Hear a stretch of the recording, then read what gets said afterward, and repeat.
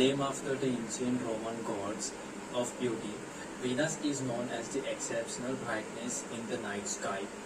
But behind this facade is a world of storm and infernos unlike anywhere else in the solar system.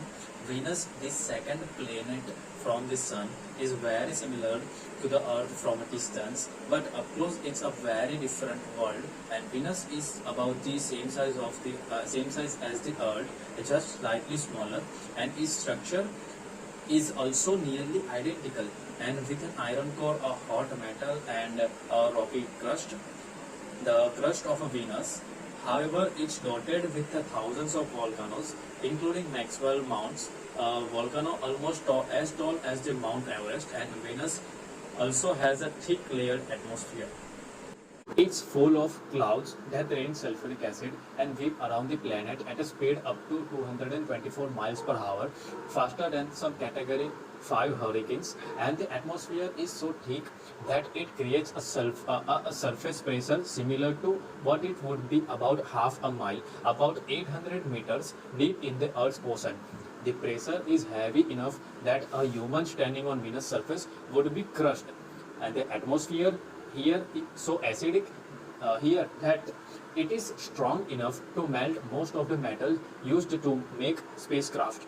And the temperature here is also very high. Its surface is at 393 degrees Celsius, which is hot enough to melt lead. The atmosphere is made of greenhouse gases, primarily carbon dioxide, along with thick cloud of sulfuric acid, completely covered the planet. The atmosphere traps the small amount of energy from the sun that does reach the surface along with the heat the planet itself releases.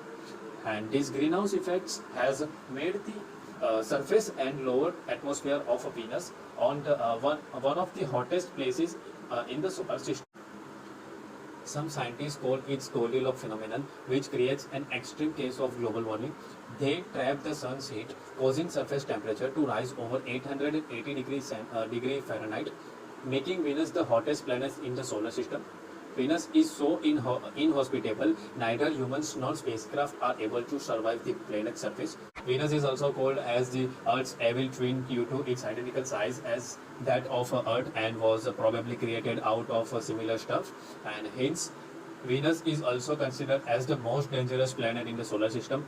While more than 40 unmanned spacecraft have visited this infernal world, Venus, so illuminated in the darkness of space, still has much to reveal.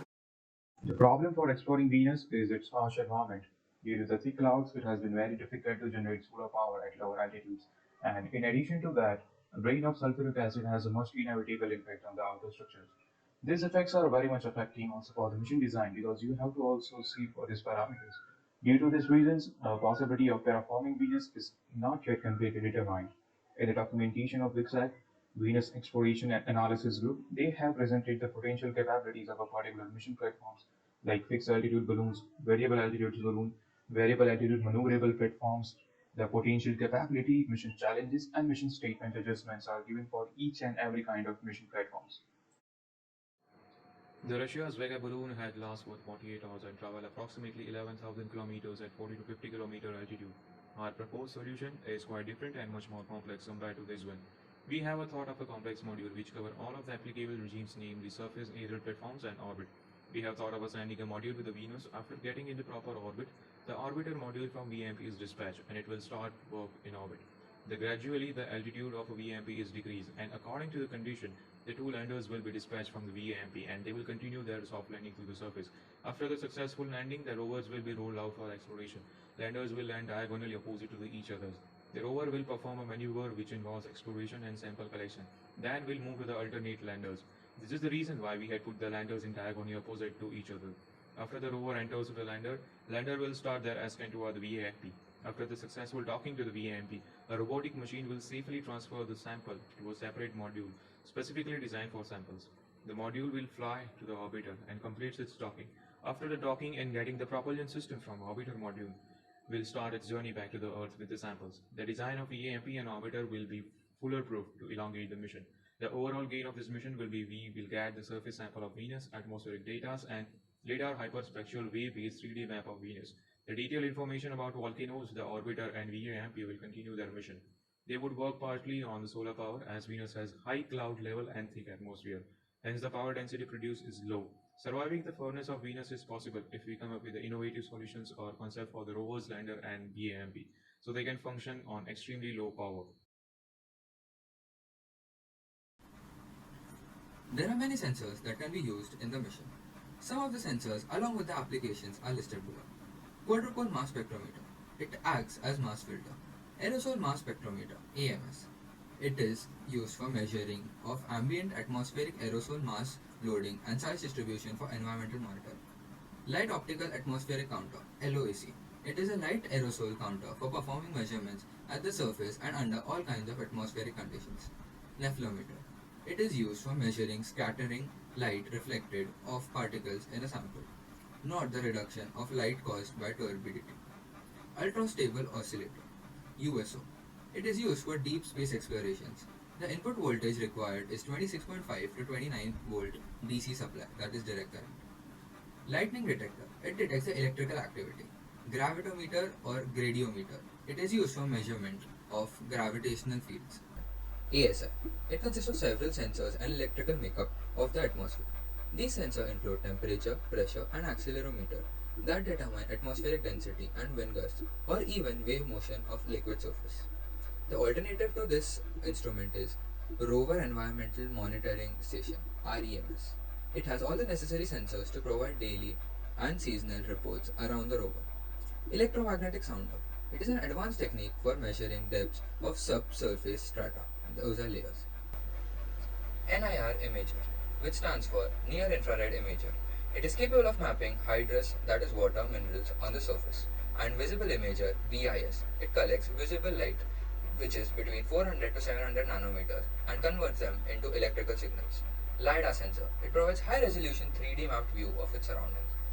Hyperspectral waves or hyperspectral imaging sensors HIS, which they work similar to LiDAR, but its primary advantage is that an entire spectrum is acquired at each point.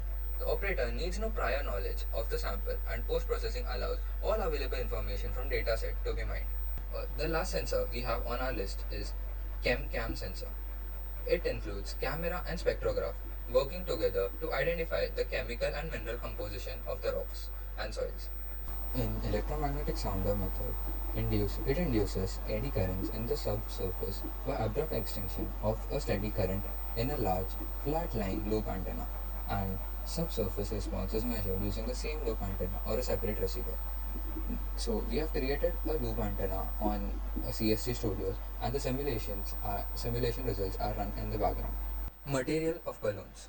Materials that could be used for making balloons are polybenzoxazole (PBO) and polyimidobenzoxazole (PIBO). Based on the properties and characteristics we have studied, they appear very promising. Potential materials for rovers and landers. Polycrystalline fiber, made primarily of aluminium and silicon. Polycrystalline fiber is created by using sol gel technology. Double needle fiber makes polycrystalline fiber particularly strong and flexible. They can endure temperatures up to 2912 degrees Fahrenheit or 1600 degrees Celsius and are tolerant of chemical destruct, oxidizing, or atmospherically reduced environments. This can be used along with graphene as the outer surface, as it can handle high temperatures very well. Mission objective: to study the Venus's surface and atmosphere using a proposed mission plan. The mission includes taking Venus's ground samples, mapping the surface, and study and understand the composition of the planet. The mission flow has already been explained by Mayur. Here are some minor details and additions of diagrammatic representations of the mission plan. The landers are similar to drone or a jet. The rover will perform a pre-planned maneuver. The rovers will move in an L-shaped format. In this maneuver, the rovers will collect Venus's samples, map the surface, and also perform some tests. Regarding the rover maneuver, we haven't yet completely come up with the exact time on the surface. We are working on it and trying to extend the on-ground time as much as possible. Based on the time calculations, the area covered and mapped by the rovers can be calculated. Once the samples are transferred to the VAMP, a launcher then launches the samples and sends them to orbit. Then the orbiter retrieves the samples back. Meanwhile, other modules continue their exploration and test.